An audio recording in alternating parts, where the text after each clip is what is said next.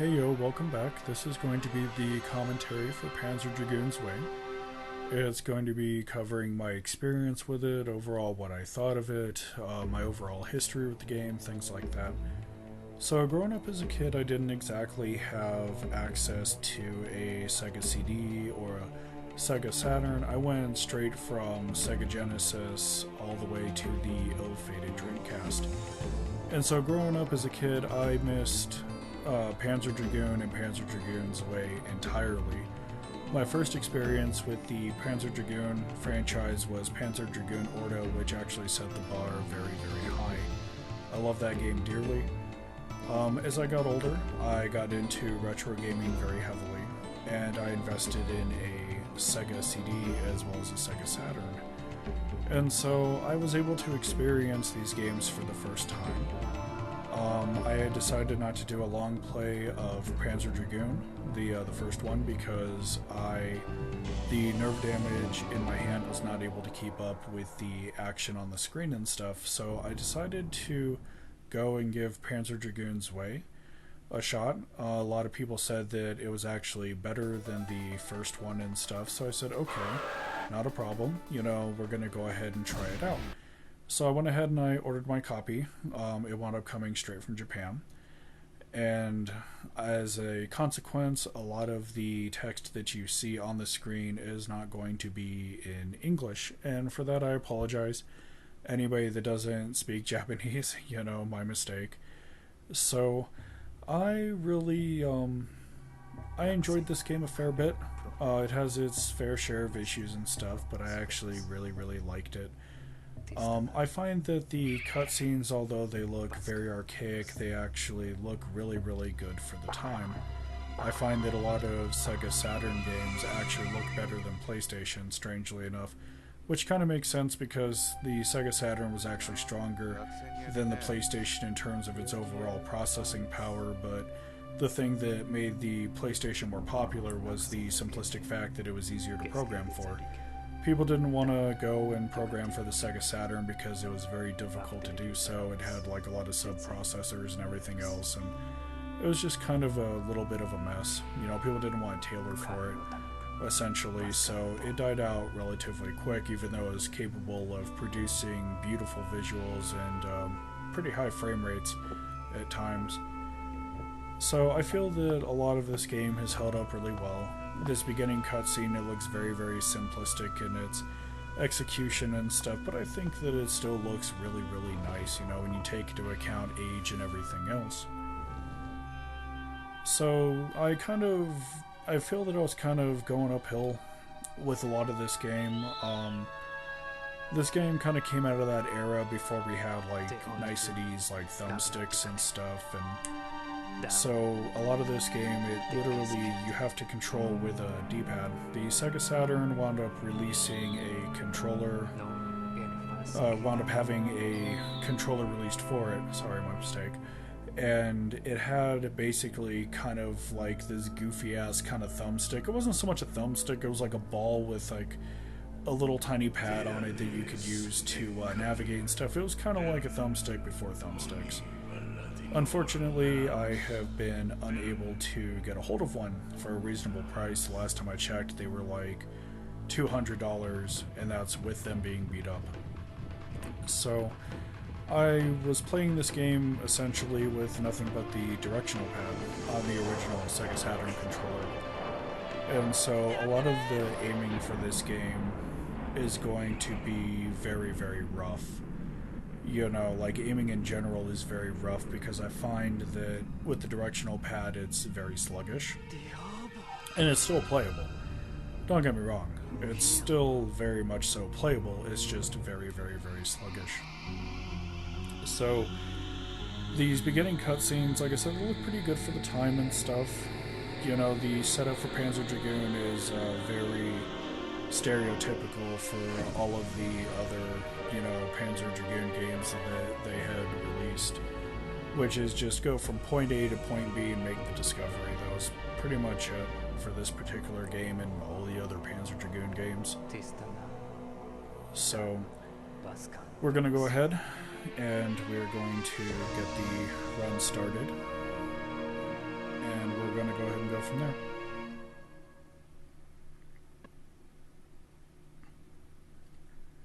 So the Panzer Dragoon games are relatively short, for lack of a better term.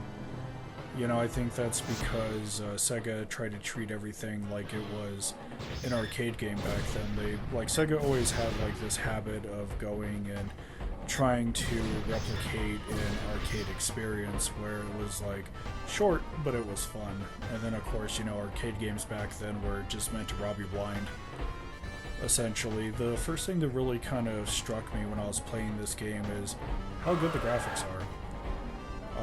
Yeah, they kind of look a little chunky and a little crunchy on screen, but I think that it actually looks really beautiful. You know, it looks surprisingly clean for what it is and stuff.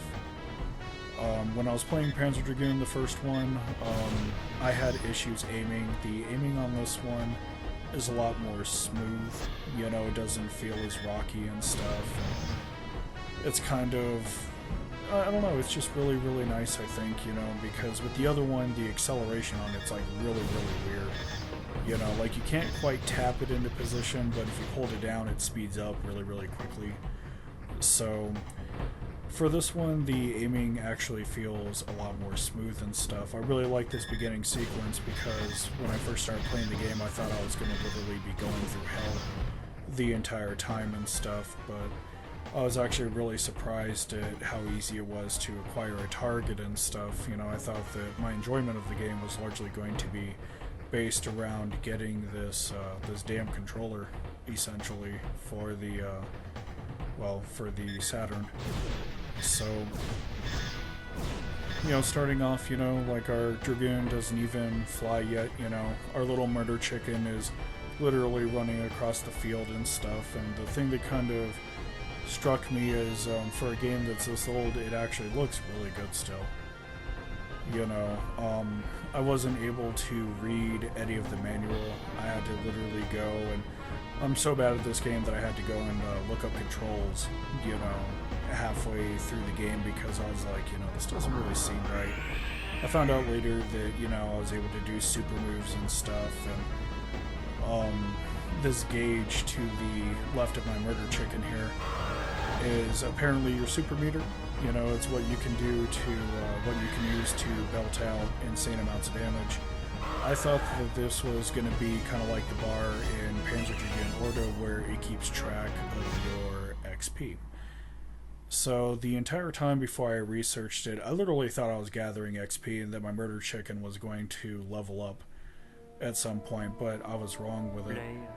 So for a good chunk of the game, I literally spent it not testing the other three buttons on the Sega Saturn controller. I was kind of just sitting there going, what do I do with this? You know, and so I was going and I was looking at it and I said, oh, you know, this doesn't really seem too right. You know, and the game seemed a lot harder than what it was. You know, simply because I didn't know of the function. Now, hindsight, I probably should have checked the options menu, but with the entire game being in another language, I wasn't sure if it was going to be in that language and stuff, so I just kind of sat there and I didn't even bother with it, which was a mistake that I had made, you know. So I actually really like these little segments here, you know. I like how they're chasing my Dragoon across the ground and stuff, and it's really fun to just kind of blast away at it. And, this is one of the few games that after I was done shooting footage from it, I had spent some time and played it again because I had like a really, really good time with it. For this particular run, I'm not shooting for any specific ending. You know, like I'm not going out of my way to try to get like the best ending or the worst ending. I'm just playing the game and having fun with it, essentially. And yeah, I'm actually pretty bad at this game. I don't really terribly care for the shoulder buttons on the Sega Saturn controller. They are shaped very, very weirdly. And so one of the key mechanics with Panzer Dragoon, like the entire franchise, is using the shoulder buttons to actually go and look around your Dragoon to attack enemies on the left, right, back of you, etc.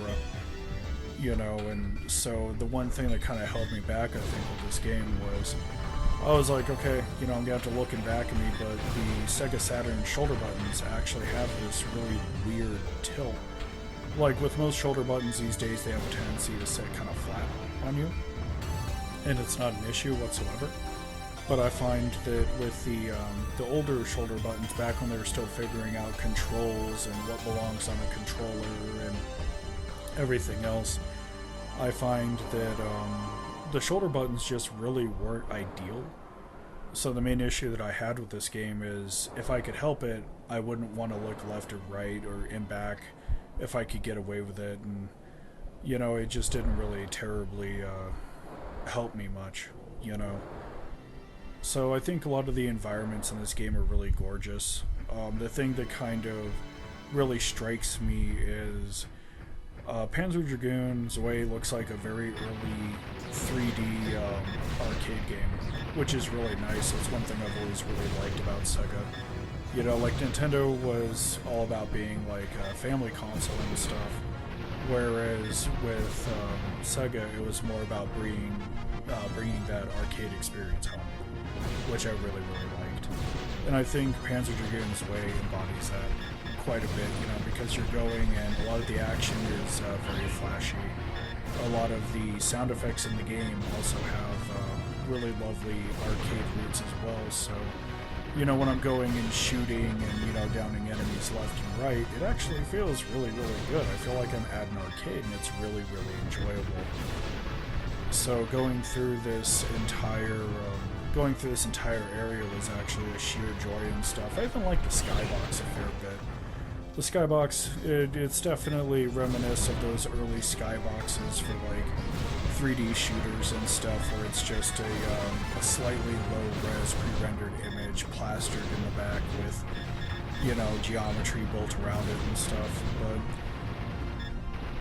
it's still beautiful all these years later. It's kind of chunky at times with the way that it renders, I find. You know, like given the fact that this game was meant to run on a picture tube, you know, we did have hacks released for it that accommodated widescreen and stuff and like a bunch of other things, but I didn't really care for it too much. So with this one, it's very much so engineered to play on a picture tube and stuff, so I'm sure if I loaded it up on a standard TV that it would look a lot better. But with this being on a LCD, due to the nature of the recording, you know, I don't think I'm gonna get any of the niceties of like scan lines and things like that. I mean, yeah, I could emulate them, but I don't think it would be as good. It would probably look really weird given how I would choose to emulate the scan lines and stuff. So we have like this first mini boss here, and it's actually a lot of fun. You don't really move around too much, like you're not running, you're just kind of like standing in place and just locking on and shooting the hell out of it and stuff. But it's a really, really fun boss. I wish there was like a little bit more action to it instead of me just standing still and hosing the hell out of this mini boss, but it, I don't know. It feels like it's not as lively, you know, and then you got the little towers around it that you can go and wreck, and it's just a lot of fun, I think. But yeah, I like how they the effect that Panzer Dragoon kind of has is while you're flying and running, they kind of give you this illusion of infinite space, which is really, really nice.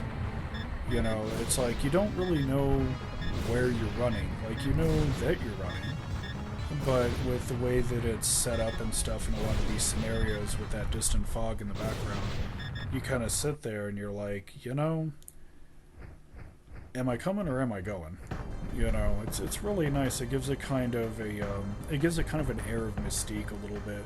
Then occasionally you have like mountains and hills that pop up and stuff, but I feel that the entire art direction for the game is really, really gorgeous. The way that they set things up is really gorgeous. The skybox looks beautiful. The dust effects are surprisingly good for the time and stuff.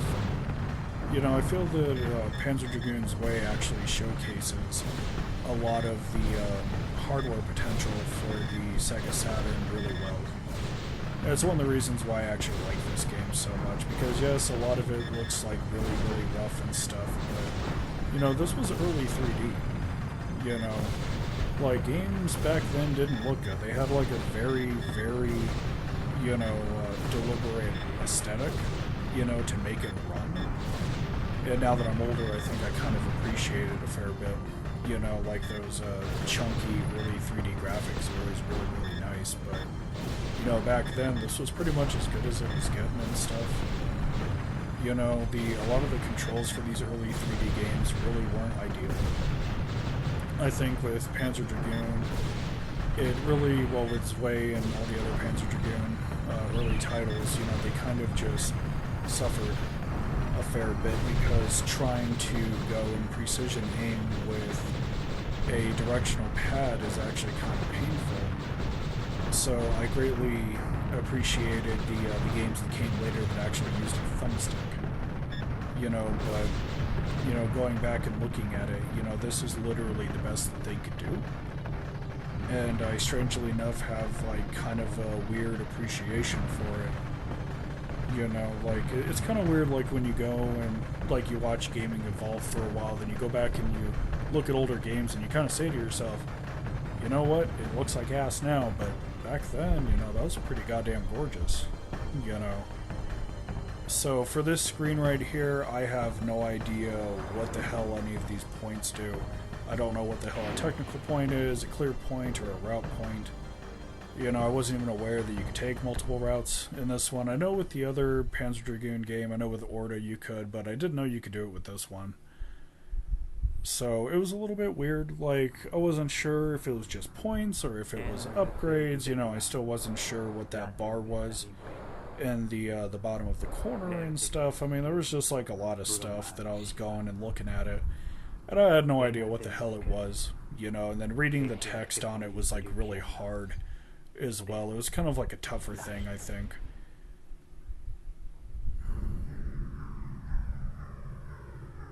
But no, I felt that the cutscenes were always like really smooth and stuff, and it was just really, really, really fun.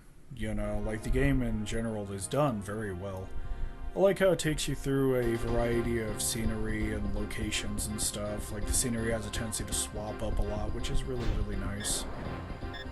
I didn't really particularly care for this section because you're moving back and forth from side to side quite a bit, you know, and again, those shoulder buttons on the Sega Saturn weren't really that ideal, at least not to me. I would have much rather have just had very different shoulder buttons instead of ones that kind of crept up like that. There wasn't really too many games doing light effects like this.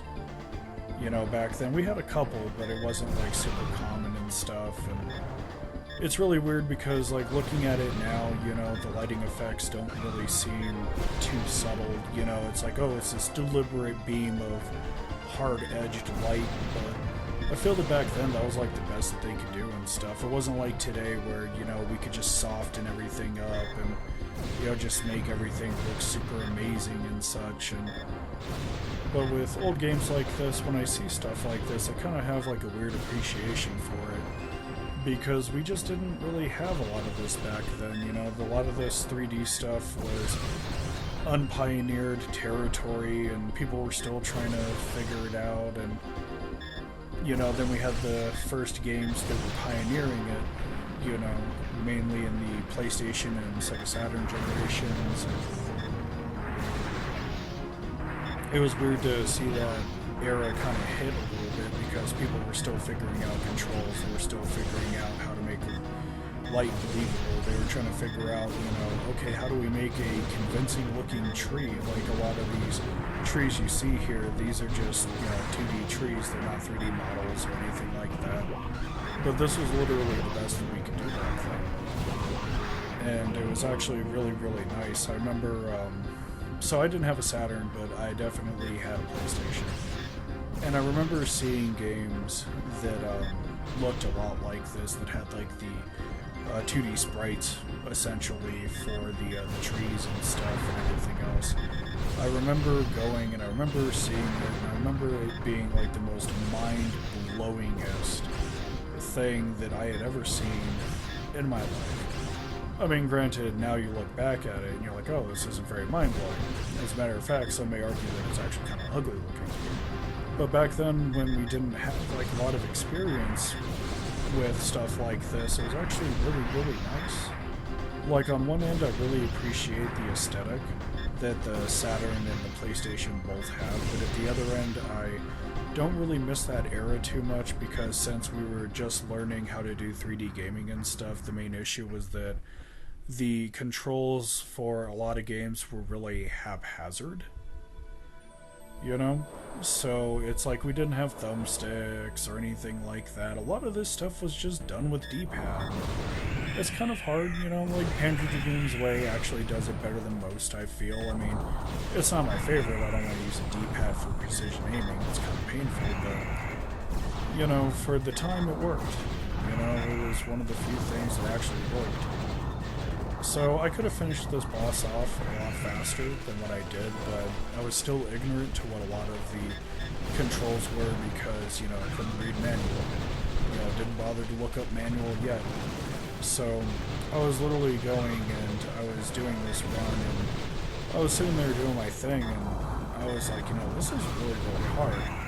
And so I was like, okay, well, I just need to go and lock on and just kill them as fast as I can, just beam them down with, you know, the rapid fire pistol and stuff, and, you know, that's what I thought the overall method was. I thought it was just a really hard game that I had to weather. You know, this is what I felt that I was getting into. With me playing Souls-likes and everything else, you know, I just, instead of saying, oh, it's too hard, I was just kind of like, alright, challenge accepted, you know, I just gotta get better at the game. So, a couple things I didn't really know about this game. It was a little bit embarrassing for me.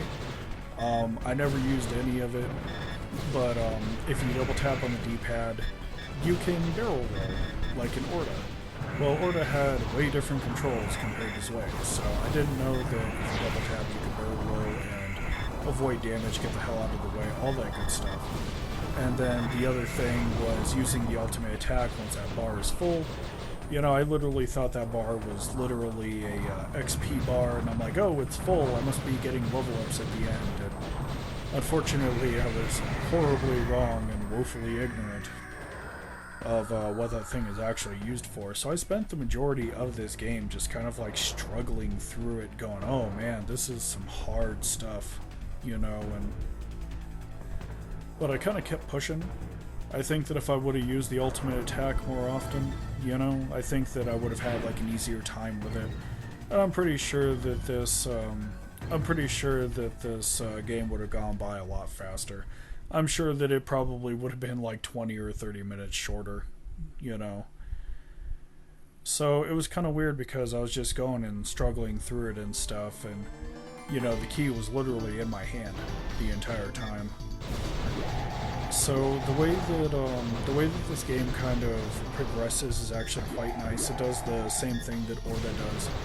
The nice thing about Orta is as the game progresses, much like this one, it kind of takes on a mechanical aspect in terms of like enemies and stuff. You'll fight like mechanical enemies with like a very large kind of science fiction-y flavoring to it, which is really cool. I've loved that about all of the Panzer Dragoon games. I thought that crap was great. We always have the mandatory tunnel sequence as well. A lot of the Panzer Dragoon games do this, and it's actually really, really nice, you know, because it's like cramped quarters and you got enemies coming at you, you just gotta gun them down as fast as possible. I find it to be really amusing. And I find that the art direction as well for these areas is really, really nice, and the transitions are really, really nice as well. You know, right here I had no idea what the hell I was doing. I'm just like shooting anything and everything, and it wasn't super amazeballs. You know, it wasn't me at my best per se. In many ways I was still learning how to play the game. I was kind of expecting a boss right here because wide open area, and you know, I get like a lot of these smaller mobs and stuff, and I'm just like, oh, you know, gun them down really fast. I think the greatest change between Panzer Dragoon and Panzer Dragoon Zwei is how the rapid fire pistol actually works. Like When I was going and playing Panzer Dragoon, I felt that the response for the pistol was really, really weird. It didn't really feel like it was firing on all cylinders and stuff, so like the main issue that I was running into was that I was going and firing the pistol, and sometimes I'd nail off 3 rounds consecutively, and then it would stall and stutter, and then I would go and nail off like another 1 or 2 rounds. But with Zwei, it feels like they actually rectified that issue, because I can go and hose and fire it really fast, and it feels like a much more responsive gun as an end result. So it does more damage. You know, comparing it to Panzer Dragoon, Zwei's pistol actually fires a lot faster, and it does way more damage to like bosses and stuff. And it's just a lot funner to use. I try really hard not to use lock-on, but I feel like it's almost mandatory in some segments of this game, you know, especially with this one right here. I'm sitting there going and looking at it, and I'm just like, oh, okay, well, you know, I need to go and, you know, damage these guys as much as possible. So it's just really, really, I like this area. I like how they did the stonework in the back and stuff, and it's really weird because what's in back appears to be sharper than what's in front of me. I think that it's a good possibility that all that texture work in back is just literally pre-rendered image and stuff, which is probably why it looks so damn good. But no, it's just a lot of fun to sit down and play this game and stuff, and then, you know, keeping with the theme, you know, we just kind of have this endless road in front of us, and then it instantly dives off into like another tunnel and stuff. It really just kind of keeps you going. You know, I really love how they did this. It quickly became one of my favorite games, in all honesty. I loved it a lot. I don't really, with the Panzer Dragoon games, I never really have much of a story, as far as I can tell. You know, it always seems to have, with Panzer Dragoon, it always seems to have themes of environmentalism and discovery. And it's pretty common for like a lot of the Sega games. Like you look at a lot of Sega's older titles and stuff, right on down to Sonic the Hedgehog, almost all of their games have themes of environmentalism and stuff, as well as themes of industrialization and everything else. I mean, it's just kind of something that Sega's always done, and I believe it or not, I actually appreciate it. It's something that I've grown to love as time has gone on. It's not something I typically saw with Nintendo or anything. Like with Nintendo, they were like, ah, yes, family company, but with a lot of Sega's older works, you know, they were willing to sit there and say, ah, yes, we want to push like a message and stuff, and so it was pretty great. I love the water effects for this area. Like the water effects, they don't even look real, but I love how they're done. And I love the color as well. It actually kind of has like that nice seafoam green color. And I'm a huge slut for seafoam green in general. It's easily my favorite color. So for this boss, I had no idea what I was doing. Still didn't know that I could use my ultimate and stuff.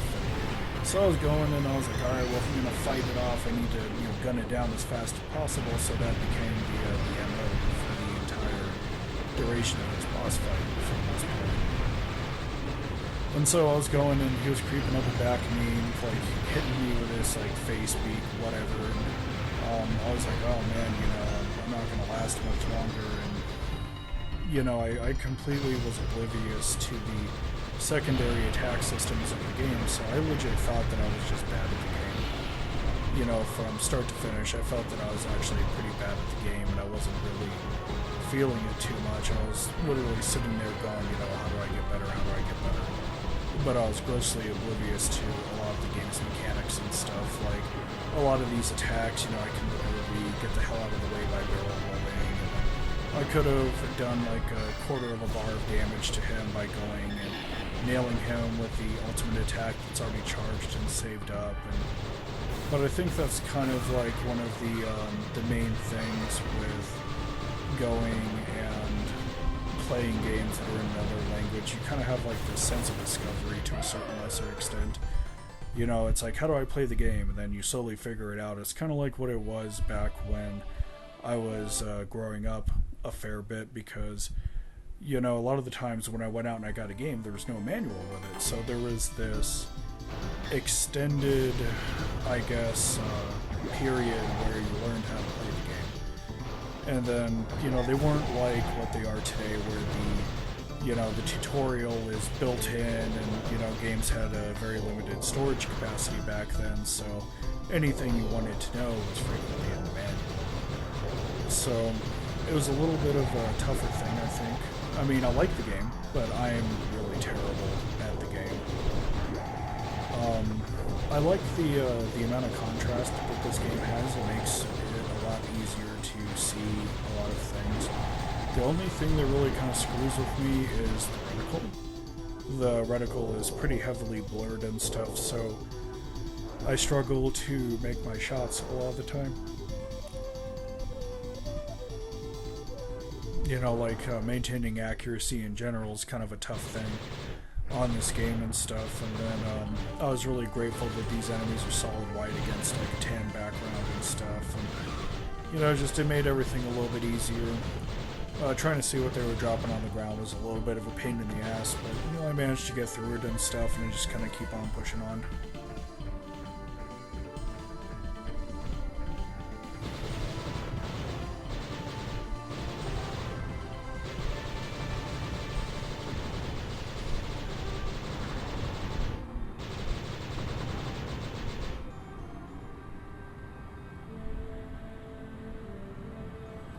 So we're cranking up for the boss again, and it's like it's really kind of weird because with the first Panzer Dragoon title, you had a limited number of continues that you could use, and you know once those continues were gone, you were out of the game and stuff. And so with Panzer Dragoon, I feel that I kind of suffered the same fate with Zwei. I didn't know that I could barrel roll and everything else. You know, like a lot of the mechanics for me were kept in the dark, so I kind of struggled with it a fair bit. And I feel that I probably could have survived the game a lot easier if I would have just had a little bit more of an education on it. So I think what's going to become standard practice is with a lot of these older games. And since a lot of these titles I get don't have manuals, I'm actually going to have to look it up and stuff because I'm not going to be able to really expect any sort of tutorial of sorts because these are older games, you know, they didn't offer those up back then. So I think it's going to become standard practice to do some research and stuff. I mean, it's going to take away from the raw nature a little bit, but I think that it would just make everything a lot better. I mean, yeah, sure, it's not going to be 100% completely in the raw, but it's going to be a lot better than how it is now, I feel. So we're gonna, I have plans, so the first batch of videos is already going out. The second batch of videos, which is these ones, the ones with commentary on them, those are gonna be rolling out pretty damn soon. And then the third batch is when I'm gonna start doing more research and stuff, because the first and second batch are already on their way. The first batch is already done, the second batch is already in production. So... But yeah, I love going through these tunnels, and I like how there's like shades of purple and green and stuff. Like I always really liked a lot of Sega's games because they were always like really colorful. There was a lot of SNES titles that were colorful as well, but the majority of SNES games that I saw were always, they always had slightly muted palettes. Whereas almost every Sega console that I was on, they always had like really strong, really robust colors, which I've always like really liked. I always felt that it was a lot more pleasurable to go and stare at something really colorful versus playing something that had like a lot of muted tones. It feels less creative, in my opinion. So me and my murder chicken are gonna go ahead and try to fight this guy again. And it was literally, I think at this point in the game, it was trial by death. Because I was like, okay, you know, I'm obviously dying from this and that and everything else. How do I get better?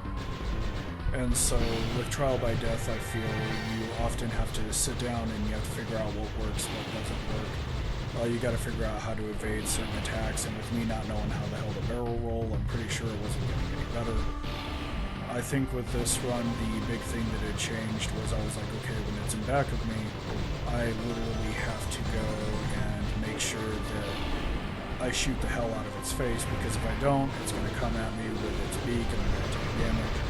So at this point in the boss fight, it was mainly just, okay, minimalizing damage as much as possible.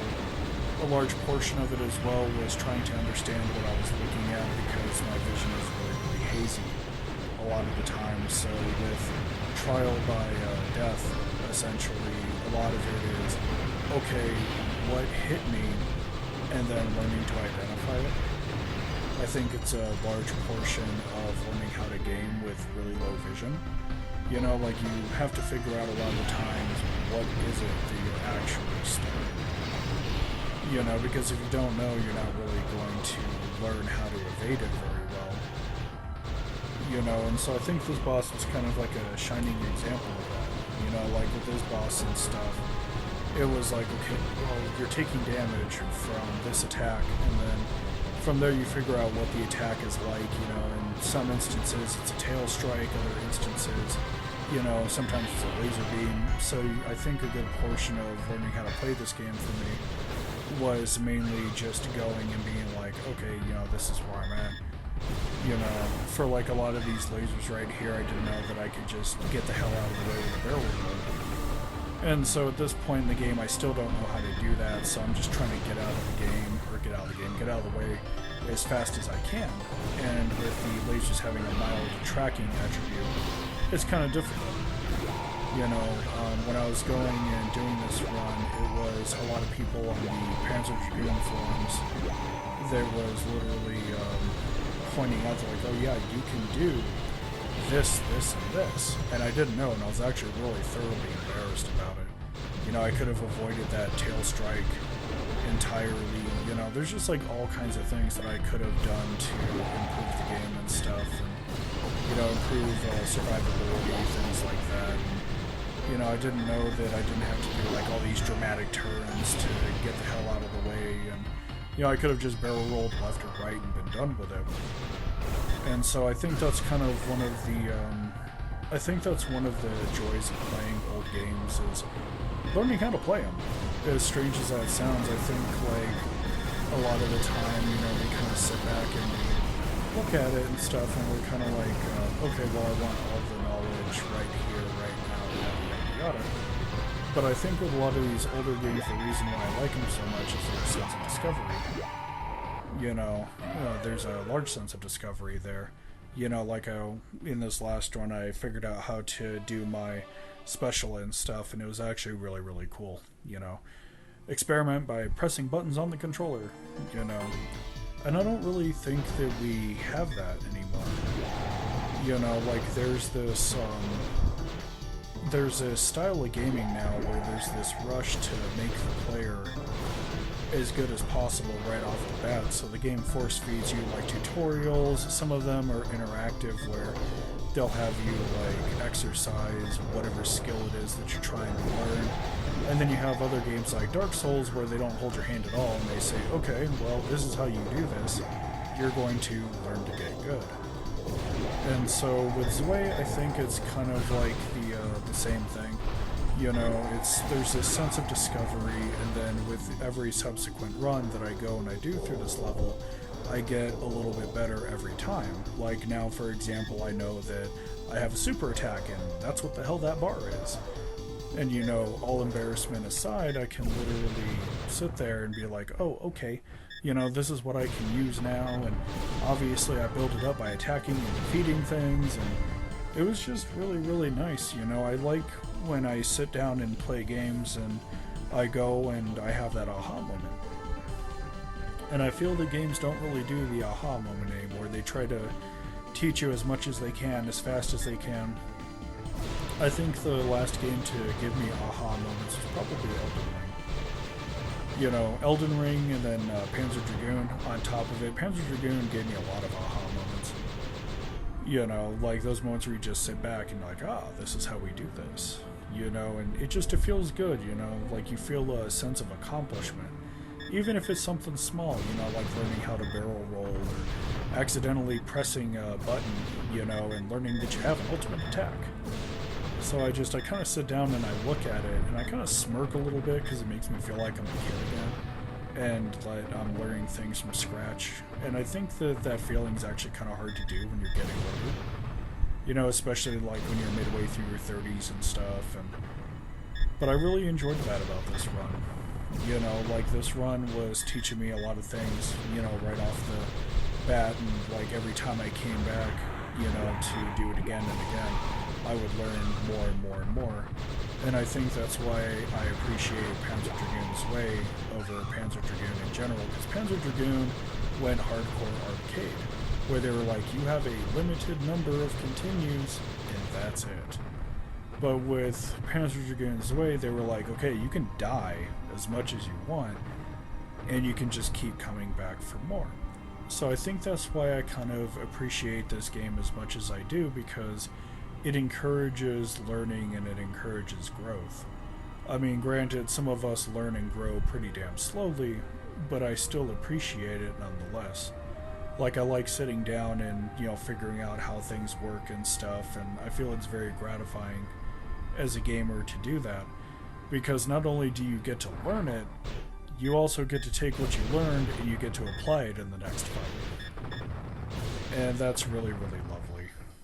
You know, that was one of the highlights for me when it came to gaming and stuff. You know, I think it's why I don't really play too many modern games anymore, because modern games, they're just like, oh hey, you know, we want to hold your hand. Except for anything made by From Software, of course. But with older games, there wasn't really a lot of hand-holding. It was, you do it over and over again until you get better at it. And so it's really nice to literally go and progress through the game by hammering out your craft, essentially, and stuff. I really, really like it. It's really, really fun. It makes me feel good when I do it. And that's one of the reasons why I kept coming back this way. Even after this particular video was shot and done, I continued playing the game. And granted, you know, I didn't really become god tier. You know, I wasn't like the best player ever. But I would go back and I would play the game using barrel rolls as well as the ultimate attack and stuff. And you know what? It felt good. It made the game a lot smoother. You know, it was a lot better in general.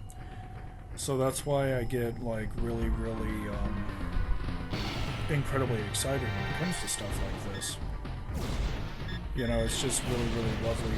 You know, me and my murder chicken are back here taking on this asshole again, and you know, now I have the knowledge in the back of my head. I'm like, aha! I have an ultimate attack that I can attack you with. All I have to do is time it right.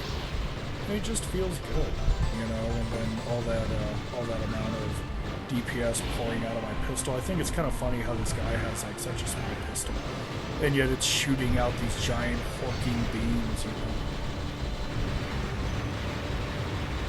It was just really, really good. And so I'm like taking everything I learned in the last session, and I'm just like going and shooting the hell out of him, because I realize if I don't shoot him enough, he'll attack me and I'll take damage, and I'm still trying to mitigate as much damage as possible. So it's literally a clear-cut case of just shooty, you know, and like just kind of keep going. I think it's kind of silly how, so they try to make it look like these are all stone tiles that are floating on the surface that are moving around with the water, but I think it's kind of funny how the textures warp a fair bit when you go and like you're sitting there doing your thing. You know, like this big motherfucker here, he goes and he splashes the water, and all the water waves, and then like all those textures for the tile warp with the water. It's just really silly stuff. But yet it was cutting edge for the time.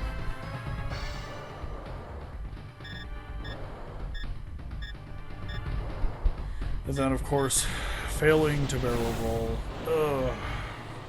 Barely evaded.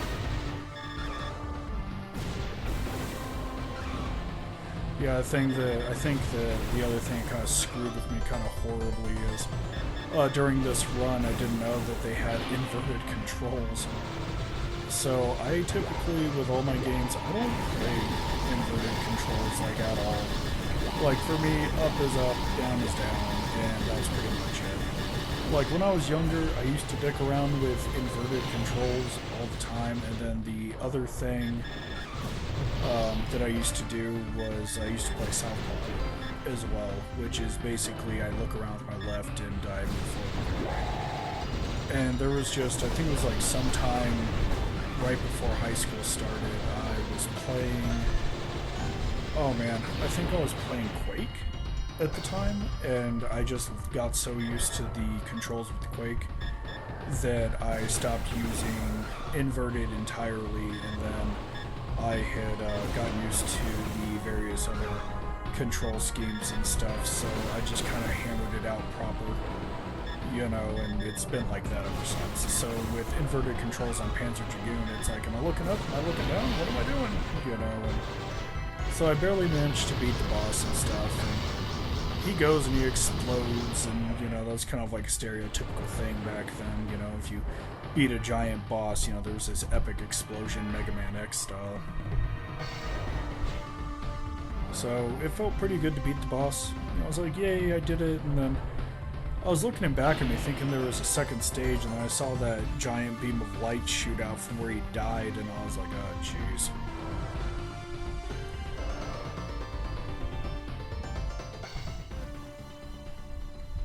But no, it was just super fun stuff.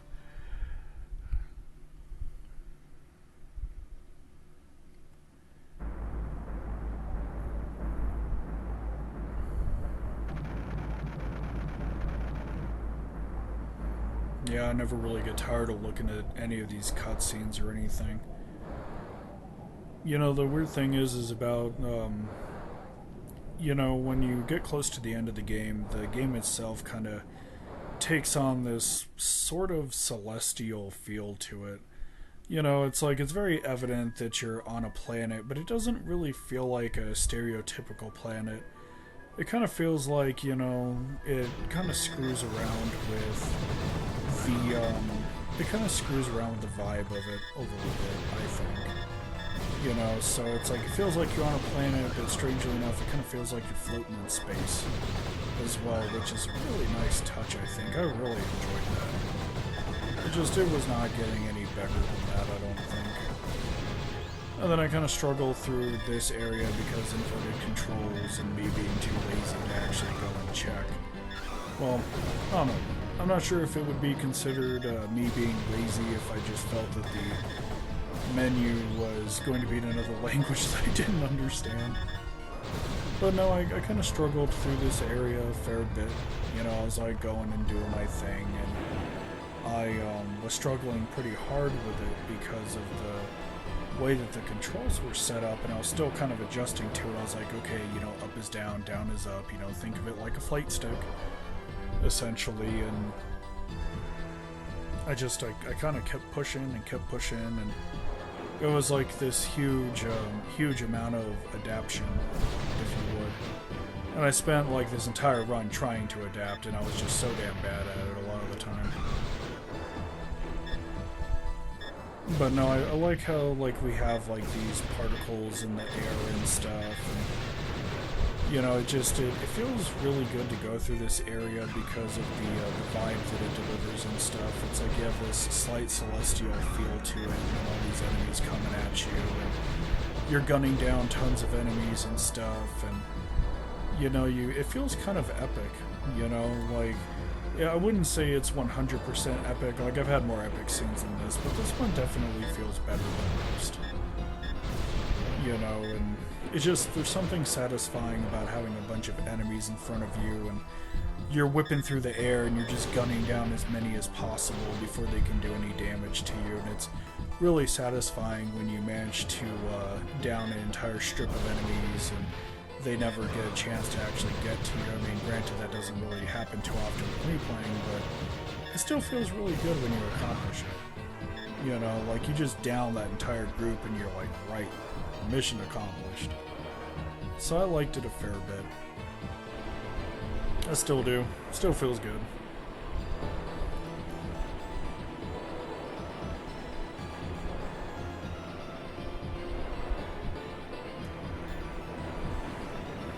It's kind of strange how you go through this area here. They never really explain what any of this shit is. It doesn't look like it's stone. It doesn't look like a dead body. You know, it doesn't look like a tree. It's just really, really weird how they go about doing it. I was not a fan of this boss at all. I couldn't see it well enough to see what the hell it was doing. There was somebody else later that told me that apparently this boss has a shield of some sort. And so it was just better to go and try to gun it down as fast as I possibly could. So I went ahead and I struggled against this boss a fair bit. Like, I was going against it, and it was a lot of trial by death and a lot of trial and error. And, you know, like, I feel that at this point in the run it kind of creeps down to a slog, because it feels like a lot of the limitations that I have as a human being really start to work through, because a lot of the stuff that I'm supposed to be keeping up with, I can't really, in all honesty, I can't really see it adequate, for lack of a better term. So, you know, things that should be easy and stuff, I just kind of struggle with it a little bit, but I wanted to do the run, so I kind of kept pushing on. You know, it's just something, once I commit to something, I like to do it, like all of it, you know. And so with Panzer Dragoon Zwei, I think when I was doing this recording, it was like 3 in the morning. You know, like, normally I'm in bed at like midnight to 1, but I had some extra time, and I was like, you know what, let's just go ahead and squeeze out a run of Panzer Dragoon Zwei. We'll go ahead and get it ready for YouTube and stuff. I haven't even uploaded it yet. At the time of going and recording this, it's actually sitting on a portable SSD, you know, waiting for upload. It's going to be slotted for, I think, not next week, but the week after. So, yeah, I kind of kept pushing through this area and stuff, and I kind of, with all these particle effects, I kind of had the same issue that I had with the first Donkey Kong Country game, where it was so much, there was so much stuff on the screen. Eventually it just kind of starts to wash my vision together.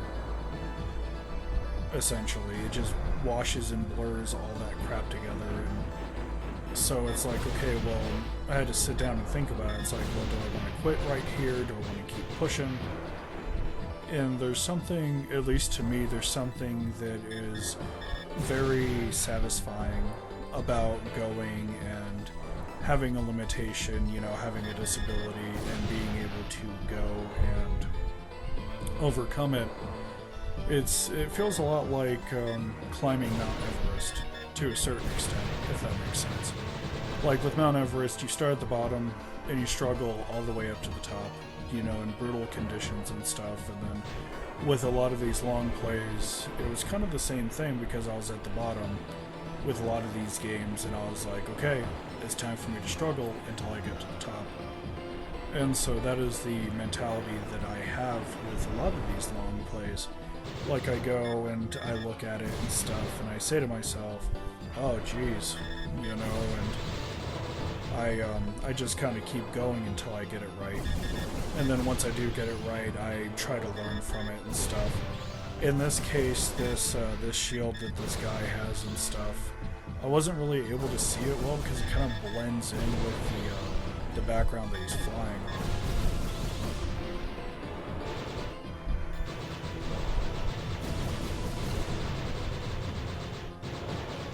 But no, I kind of kept going at it. And, I mean, yeah, it was tough, but I didn't really want to give up on it. You know, like, I just kind of said, okay, it's a hard game, you know, just rise to the challenge, overcome it, and you should be okay. And then somewhere along the line, I learned that if I use lock-on, you know, he can damage the hell out of me, essentially by reflecting it. So I went ahead and I used my ultimate here. It probably wasn't the best idea because he can deflect that, so a lot of this was down to using just the pistol that the writer themselves has, and I was like, okay, we're gonna just keep shooting, and at this point I still haven't learned how to barrel roll, which wasn't great.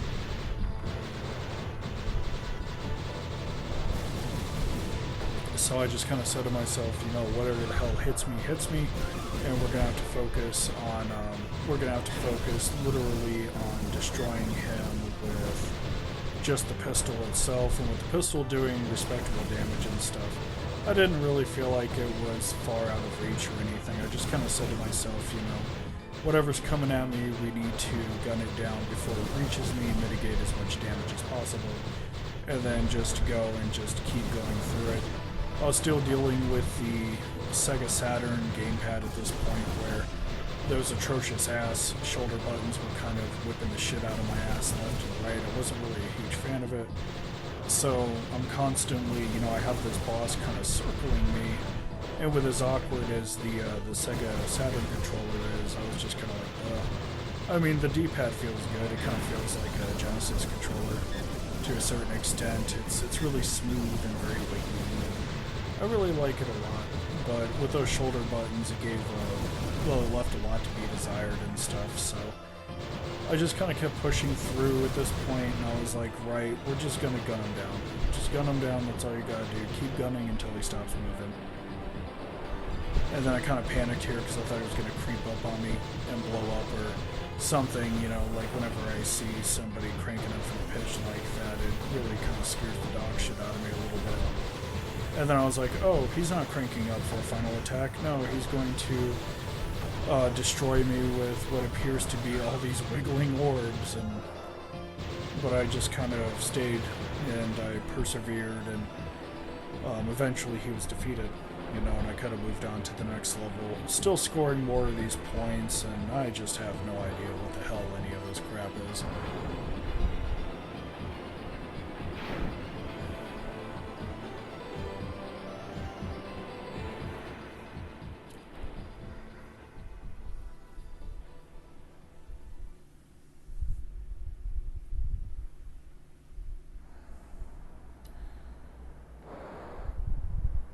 So for this last section, I'll be honest with you, I have no idea what had happened. So I do believe that we are coming up on the last level and stuff. The boss for it is incredibly tough. Even with what I had learned, it was still really, really tough, like using your ult and everything like that. It was something I kind of struggled with a fair bit, going and looking at it. The thing that was kind of weird is I'm not really sure what had happened with the ending. So basically, what had happened was this boss was so hard that I kept literally railing against it. And I was going and trying to destroy it as well as I could. And then eventually, what would happen is the first form would be defeated and stuff. And there would be this second form, which was tough as hell. Legitimately tough as hell, moving super fast to the point where the camera couldn't really keep up because it was largely a scripted rail sequence. So what had happened past a certain point was it just gave me an ending. I'm assuming it's probably the bad ending because I just kind of kept going at it. What had happened was I defeated the first form and then it just had given me the ending. But mind you, this was after I had died to the second form many times. So what I think had happened was the game was right, you're taking enough of an ass beating, we're just going to give you an ending and we're going to let you walk. I don't know if it is a good or a bad ending. I don't know what the ending entails. It's not in English. So, I know that I have an ending. I just don't know how bad it is or how good it is. Anything of the sort. So when we come up on this little sequence with this final boss and stuff, please bear that in mind that I have no idea what the hell is going on with it. I know at this point that I'm fighting a giant airship and stuff, but I don't really know much of the specifics. I know that it reminds me of Orta a lot. Orta did the same damn thing for the most part.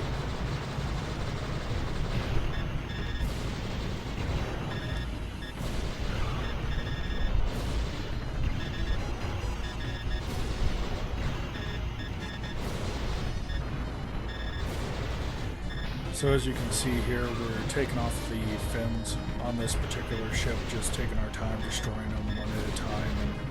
And we have all these projectiles and stuff kind of whipping at us a little bit. The problem that I had is since the majority of this scenery is white, a lot of it just kind of blends together and stuff. So I'm sitting here and I'm trying to do my thing and stuff, and it just doesn't really feel like it's really going anywhere with it. Like, even these projectiles right here, by the time they get in my face, it's already, like, too late for me to try to destroy them and stuff, because they're there and, you know, they're already in your face and stuff, so you're sitting there going, oh, jeez, you know, and it just really, it was a struggle bus, I think, but I wanted to kind of see the game through to the end and stuff, and I think a lot of these long plays, it's literally just, for me at least, it's just me saying, oh hey, I did it. And so it feels a lot better in that regard, I think, you know, like when you actually see the challenge and you manage to rise to it and stuff, you can turn around and say, oh hey, fuck yeah, I did it, you know, and it kind of becomes a feather in your cap past a certain point. And the funny thing is like, I know a lot of people that can actually see really well, and they still struggle with this particular segment of the game. Well, they struggle with the game in general. It's not just relegated to this particular segment.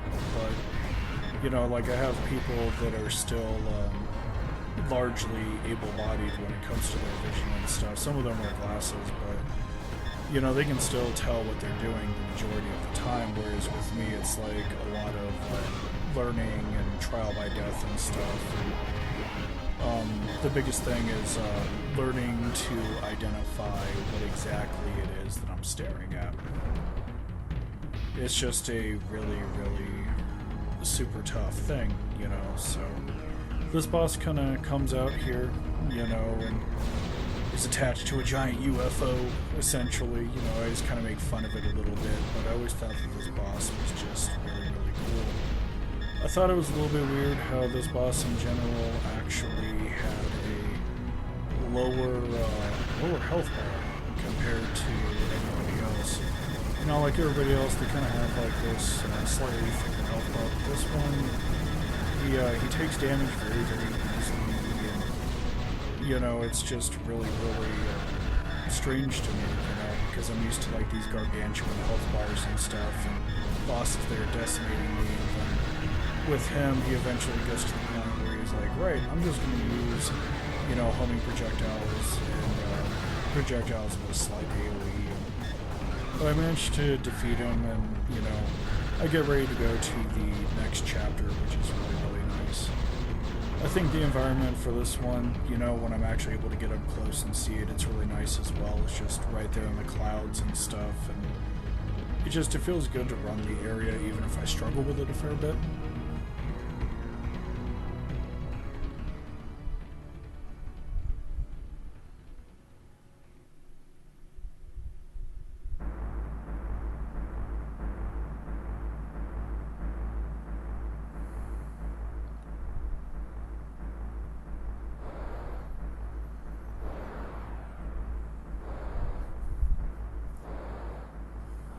So this last episode for me was a struggle bus from hell. Out of the entire run, so we're about 2/3 the way through the run. We've got about another, I want to say, 22 minutes left in this. And for 18 of those minutes, it's literally me struggling against this dude. So I'm not really sure, truth be told, what happened with this boss. I know immediately I kind of start off with a disadvantage because a large chunk of my health bar is missing. They don't automatically punish all of it. So the only ace in the hole that I really have is that I have a limited continues, essentially. So if I come into a handicap with like missing a ton of health and stuff, I can actually go and, you know, just die, get more health, and call it a day. The main challenge that I have with this boss is when he spreads out his, I'm not sure if they're tendrils or whatever, like that, and I have a really hard time with everything blurring together. I have a hard time squeezing my Dragoon between the cracks. And then the other thing that I kind of struggle with is when this boss drops that massive particle effect, it's so thick and it's so fast that it washes out that spot in my vision and stuff. I'm unable to keep up with it. But this fight, like, I like the boss design and stuff. I sure as hell don't like this particle effect, but I like how the boss looks and stuff.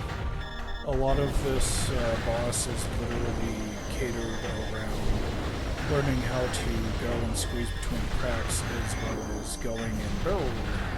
But at this point in the game, I still don't know how to barrel roll. So I learned how to go and gun down all these projectiles and stuff. It's not super bad. I do miss a lot of them from time to time. The main issue I think that I kind of struggle with is mainly that they do blend in the background a bit unless I'm looking at the sky like I am now. You know, it's just trying to get them into a certain space where they're actually able to be identified. So it's just something that I kind of been working on for a while now. Again, I have no idea what the hell happens at the end. You know, I know with this I should have been able to dodge it, but I still didn't know how to do it.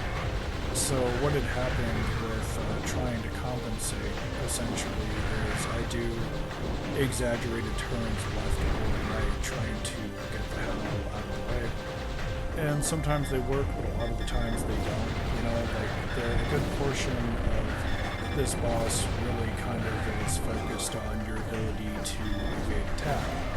And a large portion of evading attack focuses on barrel rolling. And so without that key piece of knowledge, this boss fight is a lot harder than what it should be. You know, so I come back and I see him again, he's just kind of floating there with that giant, huge-ass smug look on his face, and you know, it's a clear-cut case of just keep coming back. Keep going back, keep learning, keep trying. You know, apply what you learn. In this case, it's like trying to get the hell away from the particles and stuff, and squeezing between those little tendrils that he has, and locking on, doing more damage, locking on, doing more damage, and just trying to gun down as many of these projectiles as possible. You know, so he's a very high DPS style boss. Like, if you don't take him seriously, he will damage the hell out of you, and he will do it very quickly. And so I kind of, you know, just kind of kept going and kept going and kept going and kept trying. You know, it's kind of a tougher thing, but I'm really happy that I just kind of kept going back and kept taking stabs at it. Like, this is a game that I wanted to say, hey, you know, I beat it with really low vision and stuff, while people that have tons of vision are still struggling. So at this point, I was like, okay, I'm just going to use my ult, and his tail will not be able to damage me. And I mean, it's a pretty sound idea until you realize you're going to need that ult later on in the fight. So I just kind of sat there, and I was like, oh, okay, I'm going to go ahead and do this. And, you know, I really didn't really know what the hell I was doing with this fight. You know, like, I was getting hit left and right, and the fight's just tough in general. Like, it'll give you a run for your money and stuff, but at the same time, while the fight's really tough, it's just also beautiful to look at. The design that they did for this boss is just gorgeous from top to bottom, and, you know, it's just something I think that I can appreciate as this run kind of, like, wears on and stuff, and even when I'm kind of frustrated with it, I'm like, God, you know, I'm just ready to give up on this, I kind of look at it and I say, you know, this is really good. So, at this point for the fight, I had no idea what the hell was coming next. I was not ready to even see, you know, a secondary boss in front of me and stuff, and then with all these particle effects, it made it really hard to track it. And then the camera jerks around a hell of a lot as well, and it makes it really, really hard to keep up. So I'm sitting here and I'm trying to use lock-on for this boss, but with the erratic camera as well as the D-pad being a pain in the ass to actually aim with, I was just kind of sitting there and I was like, oh man, I don't even know if I'm going to fucking make this. You know, so I kind of focused on it and stuff, and this boss is also very beautiful to look at, strangely enough, you know, very artistic and stuff, and I really like how they did the particle effect, but at the same time, the particle effect is still an impediment, you know, and this boss is a hell of a lot more aggressive. Again, not really using any sort of particle because I have no idea that it exists, you know, playing Panzer Dragoon Orta, I guess I should have had more common sense than this. But the way that I looked at it, I was kind of looking at it like, oh, this is a really old game. You know, it probably doesn't have many mechanics to it, when in reality it did. It has a lot of them, you know, that you can employ in different ways to use it on top of it, which is really nice. So I sat down and I was fighting this dude forever. Like, it was pretty damn horrible. I was like, oh man, this camera's making me nauseous. There was just all kinds of crap that was going on with this that really shouldn't have been. I was really, really struggling with it pretty hard, I think. You know, so I'm sitting there and I'm doing my thing, and I'm just like, oh god, man, you know. And I see that I have like 5% of my health left, maybe less, and I'm just like, I'm not gonna do this. You know, it's like not even a question of being good or being bad. It's a question of how much AoE is he going to toss at me. But I felt like I was doing good to a certain extent because I showed up with a large chunk of my health missing, and then I was like, you know, hey, we're gonna go ahead and just try to fight this guy as much as we can. And so I kind of kept on keeping on. You know, it's really hard to do this fight with the camera being that erratic and stuff. It's almost like it has like a hard time going and keeping up with that boss in general. And so I'm defeated and I go to continue again, and you know, it's the last episode, of course, and you know, this guy's back and he's going and he's looking at me, probably snickering a little bit, making fun of my ass while I sit here and show up for around 80 million, you know. And so at this point I realized that I have to do as much damage mitigation as possible, because in my heart of hearts there's like a whole, you know, there's a whole another phase I gotta worry about.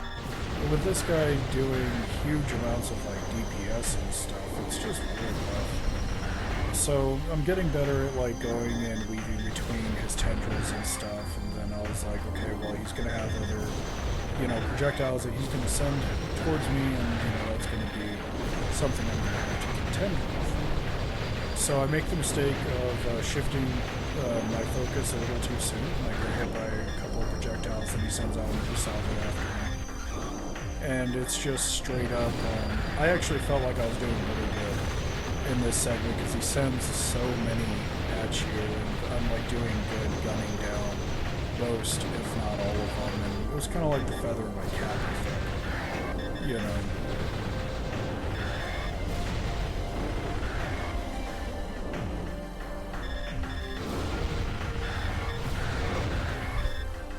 So at this point I start like trying to get the hell out of the way, and you know, there's a benefit to it, but I feel like by the time I actually learn to get the hell out of the way and stuff, that a lot of the damage is already done. When he does that tail swing and stuff, it hits you so damn hard. Literally, like, it hits you so hard that you're just like, oh man, you know, am I gonna recover from this? And so I kind of kept pushing and stuff, and I go ahead and I pop the ult, and you know, I realize that he's got like more homing lasers on the way, which, you know, if I was using a barrel roll, I would have been able to get the fuck out of the way, but since I wasn't using it due to lack of knowledge, you know, I took a really savage beating for this boss fight, and a lot of it was just due to ignorance, you know, ignorance and just lack of skill, out of all things, lack of vision. I mean, it was just kind of like an uphill battle, I think.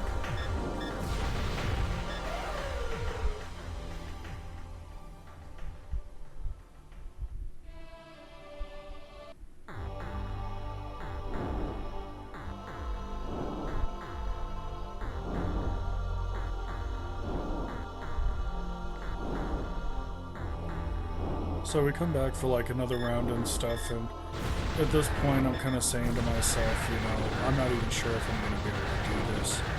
I know with the first Panzer Dragoon game I actually had to give it up because I was struggling with the nerve damage in my hand as well as low vision as well.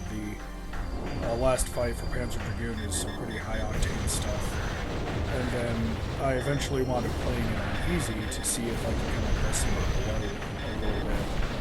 And it turns out that it cuts out like half the game and then gives you a bad ending on top of it.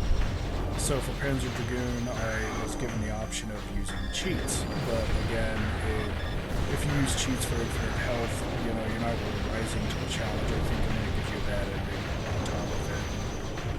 It was just really rough, I think. You know, like, I like rising to the challenge, but I don't really like struggling relentlessly either.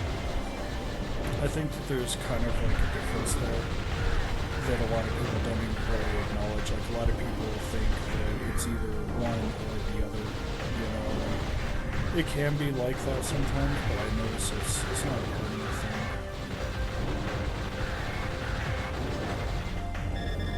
So at this point, I'm kind of going through the motions with this boss. I realize at this point, if I want to go and dodge like all the homing lasers that he has, it's just easier to pop my ult, go shift the camera in back of me, and shift it in front of me, and then just continue hammering into him as much as I can. And again, barrel roll really would have fixed a lot of this. You know, but at the same point, I was trying to go and just do the boss to the best of my ability and stuff. And so I was just going and pushing and pushing and pushing. And, you know, I was being incredibly stubborn about it. And so I was like, you know, no matter what, I'm going to go ahead and just keep trying at this boss. I'm going to go and I'm going to keep using continues and stuff, and I'm going to keep hammering it out until this asshole is dead. You know, because I'm a very stubborn bitch like that. So, you know, going and trying to do these fights, you know, I find that you have to have a certain level of cockiness. You know, because if you don't have a little bit of cockiness, you're going to lose morale very, very quickly. And so at this point, I just decide to stay to the side of the boss. I'm like, you know what, I'm not even going to try to shoot him through that particle haze that he's got going on. You know, I'm just going to go and I'm just going to stick to the side, and it's damage that I'm not going to have to take. You know, incredibly lazy, but I feel like it gets it done. Then, you know, I go and I get sweeped right there. And it's just kind of hard. You know, it's hard, but it's gratifying. You know, and I railed against this boss like really hard for a really long time. And I also kind of struggled with it a fair bit because I was going and looking at the art design for the boss. It's like, god damn, this is a really good looking boss. But at the same time, you can't really tell what's what. You know, it's kind of like a weird thing, I think. So right here, I try to match his tail blows, blow for blow. You know, like, I'm gonna lock on, and every time he swings at me, you know, he's gonna get a giant ass full of laser, essentially. And, you know, I was kind of sitting there doing my thing, and I was like, you know, is this going to be effective? You know, a large portion of these boss fights that I like is when I get to experiment, when I get to try new things. I think it's really, really nice and stuff. And it's really a heap of fun, I think. And, you know, experimentation leads to a lot of aha moments as well.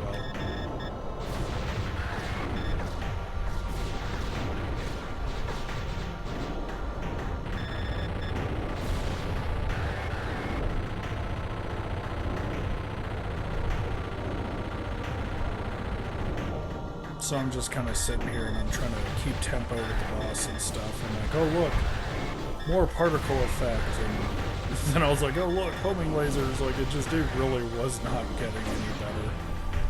Like, this boss seriously had it in for me, and I'm just sitting there going, oh jeez. You know, I was like, is it the end? And, you know, so he goes and, you know, he I guess, falls apart, dies, whatever you want to call it. And the thing that kind of confused me was this ending right here. I had no idea what the hell had happened. I knew that I was fighting against him really hard, and then it just pops this cutscene right here. I don't know if the game was simply telling me that my happy ass was not doing good enough. I'm sure that I'm going to research it at some point. But they gave me a very nice, very gorgeous cutscene to go and look at. And, you know, I kind of considered it the end of the run. I didn't bother to go off and research it and stuff, you know. I didn't do anything like that. I said, oh, okay, you know, this is the ending that I got, and I considered it the end of the run and stuff, and that was pretty much it. You know, I went ahead, finished filming it, edited it a fair bit, got it ready to upload to YouTube, and it's currently sitting on the portable SSD.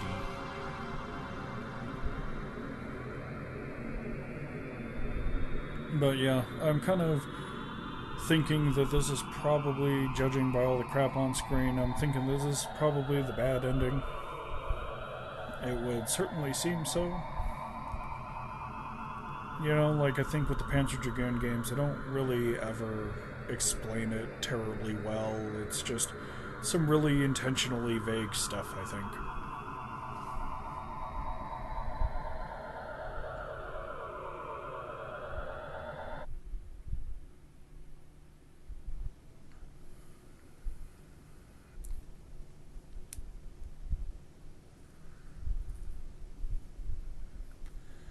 So with that thought in mind, this is going to be the end of the commentary. There's really nothing else to add beyond this point now that the final cutscene is rolling. It's just going to be going through the credits and back to the main menu. Nothing big or fancy, nothing special. So with that thought in mind, I wanted to say thank you for joining me for this commentary version of the long play of Panzer Dragoon Zwei. I have more video projects in the works, and I look forward to releasing them very soon. And I hope you have a wonderful night. Take care.